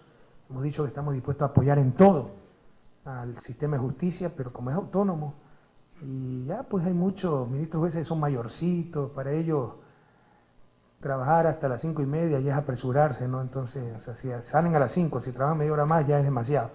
Entonces sí necesitamos otra tónica, otros códigos ahí, ¿no? Saber que el país urgentemente necesita un cambio. Bueno, pero hemos avanzado un poquito de todos modos porque creamos el Ministerio de Justicia para un permanente apoyo al sistema de justicia y crear toda una política criminal en Ecuador que antes no existía. Y en el plano de la producción, donde también hemos tenido algunos problemas, ¿no? Ha habido mucho desorden, ha habido ministerios que se le ha quitado toda su capacidad de acción. Hemos dado pasos importantes, pero creo que se pueden seguir dando pasos más rápidos, ¿no? Entonces, estamos trabajando también en ello. Pero te insisto, o sea, las nociones estaban ahí, hoy lo que te puedes empaquetar el concepto. Pero hemos trabajado claramente en educación y en general en el sector social. En planificación se ha avanzado mucho. En administración de justicia nos falta muchísimo, pero ese es un poder autónomo. Con la Asamblea Nacional Constituyente podemos avanzar más rápido. Y en producción hemos avanzado, pero también nos falta mucho por hacer. Hay muchas duplicidad de funciones, se diluyen competencias. Por ejemplo, yo les dije que una de las grandes líneas que tiene el país es maderera. Para eso tienes que forestar, ¿verdad? Bueno, nos hemos pasado 10 meses peleando entre el Ministerio de Ambiente y Agricultura para ver quién hace la reforestación. Ya está decidido eso, me explico. Pero incluso algunos me dicen autoritario y todas esas cosas. Incluso para mí es muy difícil vencer las agendas de ciertas burocracias. Entonces ha habido muchos de esos problemas, pero bueno, ya los estamos superando y vamos a salir adelante. Una pregunta más que me gustaría hacerle es en qué consiste, digamos, y qué características tiene el socialismo del siglo XXI del que ha hablado en Pekín y que intenta aplicar en Ecuador, y digamos, qué comparte y en qué se diferencia con las experiencias del comunismo chino y también de Cuba y con la política de otros países de la región que están experimentando cambios como Bolivia y Venezuela. La pregunta amerita un seminario. Esta es precisamente la conferencia que di en la Academia de Ciencias Sociales de China, que duró 1 hora. Pero bueno, vamos a tratar de resumir. Internet, ¿no? Mira, un punto fundamental que lo tiene muy claro China, que me lo ha repetido Jintao, el presidente de la Asamblea Popular, los alcaldes, todo, que aquí se va a aplicar un socialismo para China, sin fundamentalismo de ninguna especie, en función de la realidad de los chinos. Ese es un principio básico del socialismo del siglo XXI. Vamos a aplicar un socialismo en función de la realidad de nuestros países. Entonces, ¿por qué socialismo? ¿En qué coincide con el socialismo clásico? Aunque siempre hubo varios socialismos, el socialismo de origen cristiano, por ejemplo. ¿Pero en qué coincide con el socialismo clásico? Algo fundamental, supremacía del trabajo humano sobre el capital. Lo que se vio en América Latina en los últimos 20 años es el total sometimiento del trabajo humano a las necesidades de acumulación del capital. ¿Eso en qué se traducía? En explotación, en diferentes formas de explotación laboral, este eufemismo llamado flexibilización laboral, que era legalizar la explotación con tercerización, trabajo por horas, etcétera, ¿verdad? Entonces, primer principio con el que se coincide con el socialismo tradicional, y por eso somos socialistas. Si no fuera eso, no nos llamaríamos socialistas. O sea, para mí, uno de los aspectos fundamentales del socialismo es la supremacía del trabajo humano sobre el capital. Otro aspecto importante, la importancia de la acción colectiva, que se traduce en planificación, se traduce en un importante rol del Estado para el desarrollo. O sea, ya superemos este cuento de que la competencia, individuos actuando por su propia cuenta es lo que nos dan el mayor bienestar social. Si no hay una planificación, si no hay un encauzamiento, eso puede ser el caos, como efectivamente lo fue en América Latina, donde el neoliberalismo, entre otras cosas, aumentó la desigualdad y no proveyó más crecimiento. Más crecimiento se dio en la época de sustitución de importaciones. Una tercera característica, generación de valores de uso, no solo mercancías. Valores de uso son aquellos valores, bueno, todo bien tiene un valor de uso, incluso las mercancías. Lo que pasa es que las mercancías también tienen valor de cambio, precio. Pero hay valores sin precio, medio ambiente, por ejemplo. Y el socialismo tiene que preocuparse de eso, no solo del tractor, no solo del televisor, del automóvil, etc.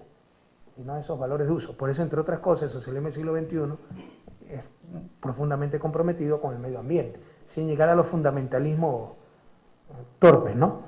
Cuarta característica, esa énfasis en la justicia social, que un país como América Latina es ineludible, pues estamos en la región más desigual del mundo, en América Latina. ¿Cuáles son las diferencias? Que creemos en principios, no en modelos, eso de catecismo y eso de que la doctrina y el que se sale de aquí es un traidor, etcétera, eso ya vayan a otro lado con esos cuentos, ¿no? Nosotros nos basamos en principios como los que te he mencionado, pero sin tener respuestas antes de saber las preguntas, sin tener catecismos o manuales que nos resuelven todo. Vamos a buscar las respuestas in situ, de acuerdo a nuestra realidad, a nuestras necesidades, a nuestros valores, etcétera. otra diferencia. Tiene que ver con lo primero, no hay un socialismo, hay los socialismos. Cada país tiene que buscar sus propias soluciones, y en buena hora que haya eso. Y en buena hora que haya un socialismo en China, otro en Venezuela, otro en China, en Chile, otro en Cuba y otro en Ecuador, si somos realidades diferentes. Otra diferencia, esta tal vez muy importante, que creemos que la revolución, el cambio se puede dar por medio de votos, con las instituciones democráticas occidentales, porque ni siquiera en todos lados ese tipo de democracia, pero creemos que se puede dar con esas instituciones por medio del voto, como se está dando en Venezuela, Bolivia, Argentina, Ecuador, etcétera, ¿verdad? Es decir, no creemos en el materialismo dialéctico, en la lucha de clases, en el cambio violento, etcétera. Creemos que el cambio se puede dar en forma pacífica y por medio de instituciones democráticas. Si se pudiera hacer una pregunta más, me gustaría hacer una pregunta también de actualidad, ¿no? El presidente de Colombia, Álvaro Uribe, ha suspendido la mediación de su homólogo venezolano por el asunto, bueno, con las FARC, ¿no? ¿Qué le parece la decisión? No sé si me podría comentar un poco. Creo, mi querido José, que eso mejor le puede preguntar a Álvaro Uribe. Sí. Muchas gracias. Muy bien, presidente. Entonces, continuamos con la tercera parte de nuestro programa, en la cual invitamos a algunas personas que han venido a Shanghái y otras que viven aquí. En este caso es Ronnie Almeida. Él es de estudiantes, candidato a maestro, a una maestría, está estudiando. Ven, por favor, Ronnie, acompáñanos a conversar con el presidente. Él está estudiando aquí una maestría en Economía Internacional. Y también quiero comentarle, presidente, que la Radio Nacional, su versión en Quito, su capítulo Quito, este día sábado también está haciendo sus emisiones de prueba. El sábado 10 de noviembre desde Chile, yo le comenté que hizo las emisiones de prueba la Radio Nacional en Guayaquil, y ahora estamos ya con la Radio Nacional en Quito. Un saludo muy grande a estas dos nuevas radios que están con nosotros, una sola en Quito y Guayaquil, y también a las otras radios que permanentemente nos acompañan con esta cadena. Ronnie Almeida, con usted. Señor presidente, muchas gracias por la invitación. Bienvenido acá a Shanghái. Es un gusto volverlo a ver después de haber sido su alumno hace casi ya 4 años. Bienvenidos ministros a esta ciudad. Somos aproximadamente 10 ecuatorianos estudiantes que estamos aquí en Shanghái haciendo nuestras maestrías. Otros estudiantes ya se han graduado y pocos estamos ya viviendo en esta bella ciudad, ¿no? El cambio es total. Señor presidente, sería mucho que decir y muchas palabras para expresar todo como lo que uno siente como ecuatoriano, estar lejos de su hogar. Ahora Shanghái es nuestra casa, pero nuestro hogar está en Ecuador. Usted ha hablado bastante de lo social, y el día de hoy, en la reunión con el director zonal de Pudong, él también habló de apertura, y dentro de esa apertura a inversiones, él hablaba de impuestos, pero también habló de incentivos sociales, que es algo muy importante para todos. Incentivos sociales basados en seguridad ciudadana. Los latinoamericanos, que es una comunidad bien pequeña aquí al momento en Shanghái, siempre conversamos de la inseguridad ciudadana en Latinoamérica y de la seguridad ciudadana en Shanghái. Nosotros podemos salir a cualquier hora de la noche en Shanghái, hombres y mujeres, y no pasa absolutamente nada. A Dios gracias, en los principales barrios de la ciudad. Ahora, después de su visita acá a Shanghái, después de su visita a China, estos incentivos sociales que se puede hacer, ¿cuál sería la política de Estado para generar incentivos sociales? No solo para que atraigan inversión extranjera, sino para que recuperen la inversión, que no hablamos únicamente en dinero monetario, hablamos en el capital social de gente que ya ha salido y que necesita regresar y queremos regresar a nuestro país algún momento. Después de su visita acá a China, ¿cuál puede decirnos que puede modificarse o enfatizar lo que es estos incentivos sociales para la seguridad ciudadana? A ver, ok. Si te entendí bien, Ronnie, o sea, la idea es ¿Cuál es la política para mejorar la seguridad ciudadana y también para que la gente que se fue a preparar pueda regresar? La gente que salió del país, la Por gente eso. que salió del país. Ya, a ver. Lo de seguridad ciudadana, ese es un problema bastante complejo y estamos trabajando en ello. No es solamente dotar de pistolas más grandes a la policía como algunos creen, ¿verdad? Es educar, hemos mejorado, en eso se ha avanzado bastante, falta mucho más, pero se ha invertido muchísimo, se abrieron 12.000 partidas nuevas, etcétera, en educación y vamos a seguir mejorando ahí. Se trata de que haya adecuada justicia. Mientras los delincuentes puedan salir libres, pues va a ser muy difícil que mejore la seguridad ciudadana. Te insisto, en eso no hemos avanzado mucho porque la justicia es un poder autónomo. Con la Asamblea Nacional Constituyente esperamos reformar eso. Se requiere que el delincuente que cae preso tenga una verdadera rehabilitación social y lo que eran nuestras cárceles eran sencillamente centros de perfeccionamiento delincuencial, donde se mezclaba el que había robado una billetera con el violador múltiple. También estamos trabajando en eso. Se están construyendo nuevas prisiones, se va a diferenciar, etcétera. Vamos a reconstruir un verdadero sistema de rehabilitación social. Hoy la rehabilitación social absurdamente depende de la fiscalía. O sea, el que acusa también tiene que hacerse cargo del que metió preso. Es un absurdo. Entonces, con la Asamblea Nacional Constituyente queremos hacer la reforma de que pase nuevamente al Poder Ejecutivo y básicamente, particularmente al Ministerio de Justicia, que ya está creado. ¿Ok? Entonces, en eso se está trabajando. Y por supuesto también pasa por una policía más eficiente. Y te quiero decir que ya está el plan de modernización de la Policía Nacional para 4 años, aunque esperamos hacerlo en 2 años, con un costo de $300 millones para darle la vuelta a la Policía Nacional, en el sentido de que primero acabar con sus sesgos militaristas, ¿no? O sea, una cosa son las Fuerzas Armadas, otra cosa la Policía Nacional. Las Fuerzas Armadas combate enemigos, un enemigo externo. La Policía Nacional no combate a nadie, o sea, tiene que cuidar a ciudadanos. Es otra concepción. No necesita grandes cuarteles ni nada. Entonces queremos aplicar la concepción de policía comunitaria. Entonces, construir pequeñas casas de 2 pisos con su patrullero, con su equipo de radio, etcétera, todo de última tecnología, ¿no? O sea, el proyecto de modernización implica que vía satélite controlaremos a todos los patrulleros, etcétera. Entonces eso también ya está en marcha y esperamos en 2 o 3 años que se vean, no todo se puede hacer de la noche a la mañana, que se vean los resultados. Sobre la gente que nos ha salido y que quiere regresar al país. Primero te felicito por poderte formar en Shanghái. Yo sé lo que es estar fuera de la tierra, ¿no? Yo también he vivido mucho tiempo y he estudiado mucho tiempo fuera. Sin embargo, es cierto que el lejano oriente es totalmente diferente a Latinoamérica. Entonces esto debe ser tremendamente duro, pero también una tremenda oportunidad, porque estás en un sitio privilegiado en cuanto a experiencia de desarrollo, en cuanto a experiencia de inversión, de planificación, centro financiero, etcétera. En todo caso, muchas de estas personas, o sea, también depende por qué han salido. Desde enero empezaremos el plan de retorno para migrantes, incentivo a los migrantes que han salido, tratando de enfatizar a aquellas profesionales que salieron, que fuga de cerebro. Entonces eso de enero va a empezar, pero no te quiero engañar, o sea, eso no será suficiente. Para que pueda volver toda la gente se tiene que dinamizar la economía, tiene que haber demanda de estos profesionales, etcétera, y eso también estamos tratando de hacer. Y desde el sector público en eso se va a trabajar bastante. Sepan ustedes, ecuatorianos, que la embajada en China, la embajada ecuatoriana en China, tiene 3 funcionarios. Eso es un absurdo. Entonces, entre los planes está también fortalecer grandemente esa embajada en China, tener oficinas comerciales al menos en Shanghái y en Cantón, en el sur de China, y ahí vamos a necesitar gente preparada como tú aquí en China.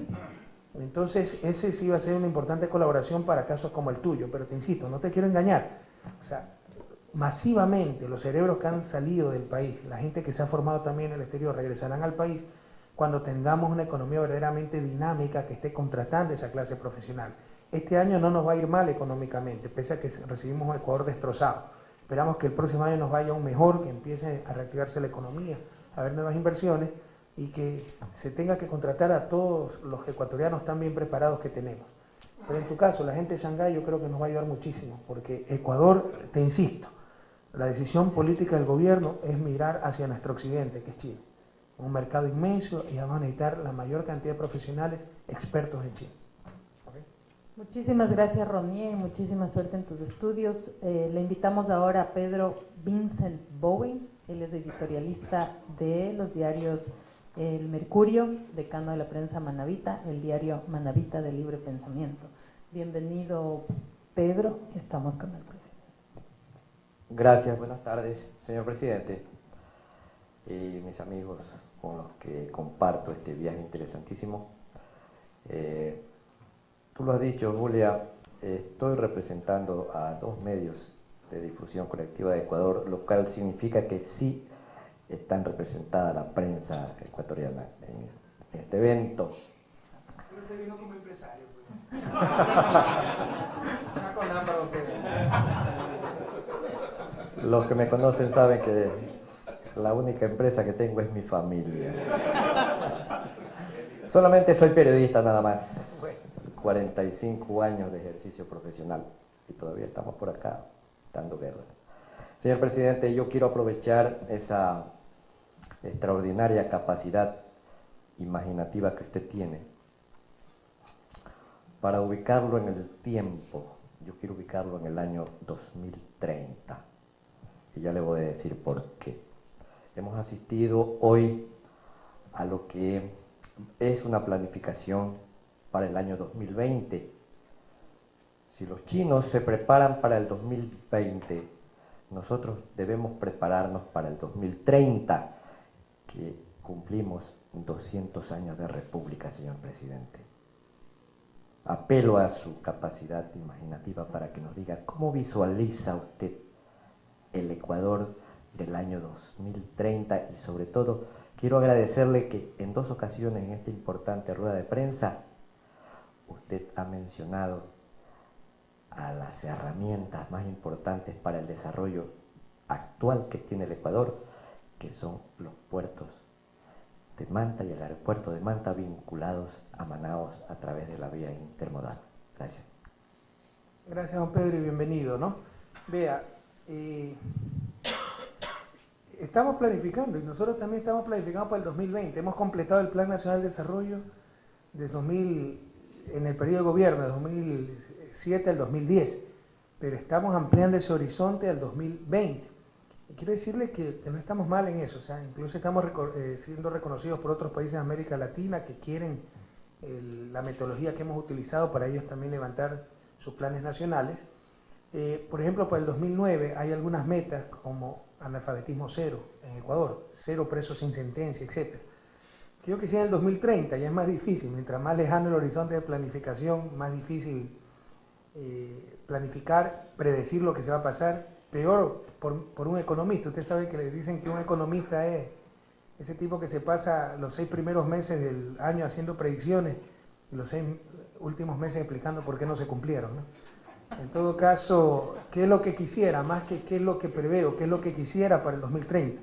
Hay cosas que se están planificando muy detalladamente. Por ejemplo, ¿cuánta gente queremos proveer de infraestructura sanitaria básica por año y llegar hasta el 2020 sin deficiencias en infraestructura sanitaria? ¿Cuánta vivienda? Llegar al 2020 sin vivienda. ¿Qué es lo que quisiéramos en el 2030? Precisamente un país no de opulencia. Les insisto, o sea, algunos imaginan el desarrollo como a todos viviendo en un penthouse en Nueva York. Esa concepción de desarrollo no es sustentable. Si todos los habitantes del planeta viviéramos así, el planeta colapsa. Los chinos han inventado el término una sociedad modestamente acomodada. Eso no desafía el paradigma de desarrollo, tan solo lo limita, ¿no? Lo mismo que conocemos como desarrollo, pero menos abundante. Incluso tenemos que hacer un esfuerzo para buscar otra noción de desarrollo. En todo caso, es más fácil definir el desarrollo poniendo mínimos. Es más fácil poniendo mínimos. ¿Cuáles quisiera que sean los mínimos que haya logrado el país en el 2030? Que no haya analfabetismo, que todo ecuatoriano tenga una vivienda digna donde vivir con infraestructura básica, sanitaria, que haya trabajo productivo para todos y para todas, y en definitiva, o sea, que se garanticen los derechos humanos fundamentales. De ahí hay que ver cómo avanza la tecnología, etcétera, para ver con los recursos que tenemos cuánto se haya avanzado.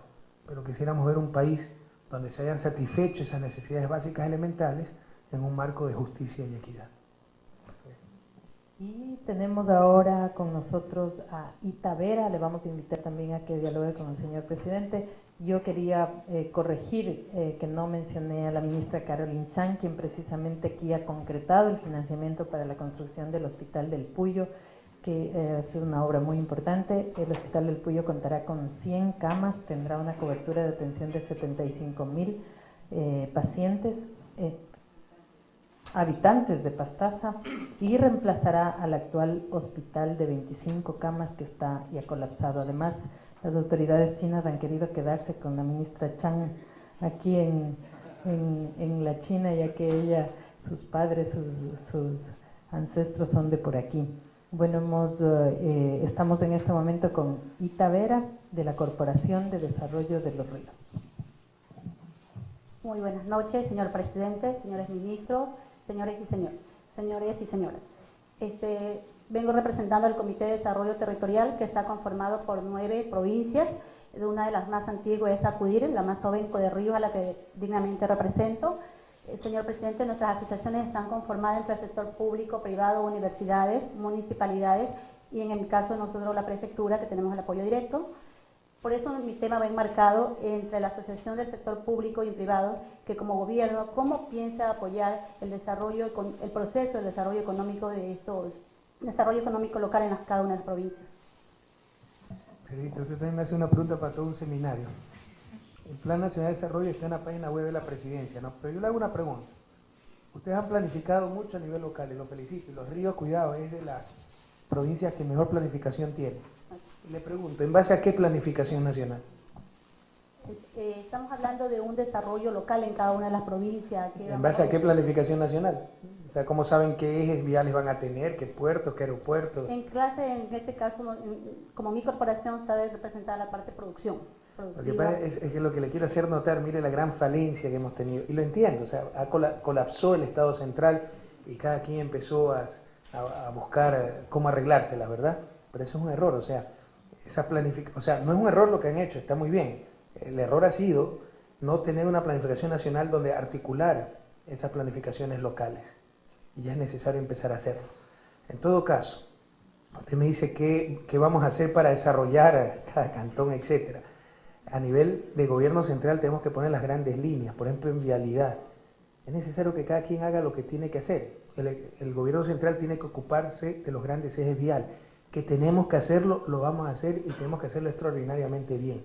Es decir, ejes viales de primer nivel.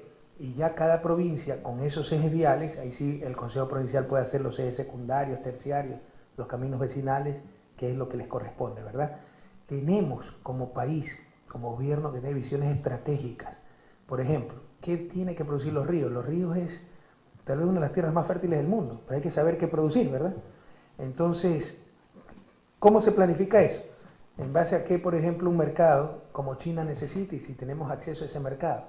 Entonces hay que dar unas políticas generales, hay que tener unos 10 campeones a nivel de Ecuador, 10 productos que sabemos que tenemos ventajas comparativas, tenemos mercado, etcétera, y eso fomentar en diferentes provincias. ¿Ok? Entonces, de esa forma es que una planificación adecuada a nivel nacional y políticas nacionales repercuten en el desarrollo local y optimizamos recursos y todos ganamos. Entonces, más que detallarle todas las cosas que se van a hacer, que obviamente el gobierno central debe dar vialidad de primer orden, debe dar educación, salud, etcétera, ¿ok? Es tener esas líneas básicas a nivel nacional y cumplirlas, esa planificación básica a nivel nacional, esa orientación básica. Por ejemplo, una orientación básica es decir, vamos a mirar hacia China, y con ese insumo ustedes ya pueden tomar sus decisiones a nivel provincial. Entonces, tener esas líneas claras para que haya un desarrollo local articulado a esa línea y el país avance. Si tenemos desarrollos locales desarticulados, nos obstaculizamos entre nosotros mismos. Entonces, en ese nivel le voy a dejar la respuesta, ese nivel general. Básicamente, queremos tener políticas claras a nivel nacional y las planificaciones locales deben articularse a esas políticas claras a nivel nacional. Pero obviamente hay muchos aspectos concretos que están en nuestro Plan Nacional de Desarrollo que impulsarán grandemente el desarrollo de diferentes territorios y provincias, ¿no? Y bueno, señor presidente, llegamos casi al final de nuestro programa desde Shanghái. Como ustedes saben, aquí se suscribieron 14 convenios, muchísimos campos, uno de ellos en el de cooperación económica para formular un plan de acción que permita reducir el déficit comercial actual con la China, y cooperación económica relacionada con la reducción del déficit comercial, estoy repitiendo, plan ejecutivo de intercambio cultural para ampliar las actividades en esta materia, cooperación en el sector hidrocarburífero, asistencia técnica, capacitación, investigación y desarrollo tecnológico, cooperación en la gestión socioambiental, desarrollo conjunto de proyectos acorde a las respectivas políticas de protección ambiental, cooperación minera, cooperación en el campo de transporte ferroviario, cooperación en el campo deportivo también, cooperación en el sector turístico y en medidas fitosanitarias y en el campo de la seguridad laboral y social. Para todo ello han estado aquí presentes los señores ministros de cada uno de los ramos. Vamos a dar paso en este momento a la traducción del compañero José Maldonado al quichua. Y de inmediato, señor presidente, pasamos con su mensaje final. Bueno, les decía que si quieren, he aterrizado algunos conceptos después de este viaje a China, de la experiencia de Shanghái, que siempre decía a mis alumnos, el desarrollo se basa en 3 patas: educación, justicia, producción. Ahora les puedo decir educación, justicia, producción y planificación. Eso es tremendamente importante. Y planificación que implica coordinar. Cuidado, no dejamos embelezar mucho por el tremendo impacto que da Shanghái, la tremenda impresión que da Shanghái. Recuerden que Shanghái es una ciudad de un país de 1.300 millones de habitantes. Es decir, 4 veces la población de América Latina. Si toda América Latina se pusiera de acuerdo, sí puede crear otro Shanghái. Fíjense que es fruto también de una coordinación a un gran nivel. Ojalá lleguemos algún día a una coordinación total por medio de la integración en América Latina y podamos crear muchos, tal vez no Shanghái, porque no necesariamente lo correcto es replicar una experiencia, pero crear muchos modelos exitosos de desarrollo. Entonces, para mí Shanghái es también fruto de una adecuada coordinación, de decisión política, de planificación. Y esas son las lecciones que debemos tomar, ¿no? En Ecuador es necesario articular todas las instancias, tener un proyecto común, partir de una planificación nacional a grandes rasgos e ir hasta la planificación local. Tomar las decisiones de acuerdo al alcance de cada decisión, a quien le corresponde. Por ejemplo, decisiones que tienen influencia nacional, tiene que tomarlas el gobierno nacional, no las puede tomar un alcalde. Y obviamente decisiones que tienen alcance cantonal, como para dónde es una vía, 2 vías, etcétera, eso las tienen que tomar un alcalde, eso es claro. Pero tenemos que ordenar el país y ya dejémonos esa mentalidad de que si metiste conmigo es porque eres enemigo de Guayaquil, ¿verdad? O eres enemigo de Quito, eres enemigo de Esmeralda porque quieres que vote la concordia. O sea, negarse a una consulta popular, imagínense qué inconsecuencia en democracia. Bien, hay que aprender, y lo único que me gusta a mí más de enseñar, como lo he hecho los últimos 20 años de mi vida, ser profesor, es aprender. Entonces, en este viaje hemos aprendido mucho. Y el día martes volvemos al país a las 8 de la noche, y obviamente el día miércoles ya seguiremos trabajando, y el día viernes se va a dar un hecho histórico en el Ecuador, que es el inicio de la Asamblea Nacional Constituyente. A todos los compañeros asambleístas, a Alberto Acosta, futuro presidente de la Asamblea, la mejor de las suertes. Creo que entienden claramente la inmensa responsabilidad que tienen en sus manos el pueblo ecuatoriano. Nos ha dado una gran responsabilidad y una gran oportunidad de hacer esta revolución democrática, constitucional, de sentar las bases de ese nuevo país. No podemos darnos el lujo de fallar. Así que, querido Alberto, el resto de asambleístas, que Dios los acompañe en esa inmensa responsabilidad que tienen y que empieza oficialmente este 30 de noviembre, donde estaremos y ojalá podamos contar con la presencia de algunos de los jefes de Estado de la región andina. Así que, querido Ecuador, desde el otro lado del planeta, seguimos trabajando por el bien común, por la patria entera, con todas nuestras limitaciones, pero con mucho esfuerzo, con mucha alegría. Ansiamos volver a la patria, pese a lo bien que nos ha tratado China, Arabia, estamos seguros que nos tratará Indonesia. Mañana seguimos hasta Yakarta, Indonesia. Hay cosas que pasan desapercibidas en América Latina. Sepan ustedes que Indonesia es el país musulmán más grande, más poblado del mundo, 230 millones de habitantes. ¿Se imaginan lo que es 230 millones de habitantes? Es Brasil, más Venezuela, más Argentina, más Uruguay. O sea, toda la costa atlántica, América Latina, eso es solo Indonesia. Imagínense los mercados inexplorados que tenemos ahí. En Yakarta sí tenemos embajada, ¿no? Pero estamos también dándole una nueva dimensión a esas embajadas. Esos embajadores deben ser buscadores de mercados para nuestros países. Incluso la figura del embajador, el plenipotenciario, ha perdido mucha importancia, mucha razón de ser en el siglo XXI, porque eso era en el siglo XVIII, XIX, cuando no había medios de comunicación, uno tenía que delegarle la autoridad a un embajador que no lo veía sino después de 6 meses para contarle lo que había decidido en nuestro nombre. Hoy, con los medios de comunicación, etcétera, esa dimensión está muy limitada, esa dimensión de una embajada. Entonces, nuestros embajadores deben ser buscadores de mercados, buscadores de oportunidades para nuestro país. Pero es bien difícil tener esa nueva óptica por cómo ha sido la tradición, ¿no? En nuestras embajadas, en nuestras misiones diplomáticas. Entonces también vamos a buscar eso, cambiar esa visión, y obviamente con Indonesia buscaremos llegar a acuerdos de mutuo beneficio. Indonesia también es un país petrolero y tiene una importante empresa petrolera. Vamos a ver si se interesan en inversiones petroleras en el país. Entonces, querido país, seguimos trabajando por la patria. Esperamos volver pronto y el día viernes 30 de noviembre participar en ese hecho histórico, que es la inauguración de la Asamblea Nacional Constituyente, que puede ser y debe ser el inicio de ese nuevo país que todos soñamos y que todos merecemos. Hasta la victoria siempre, Ecuador querido.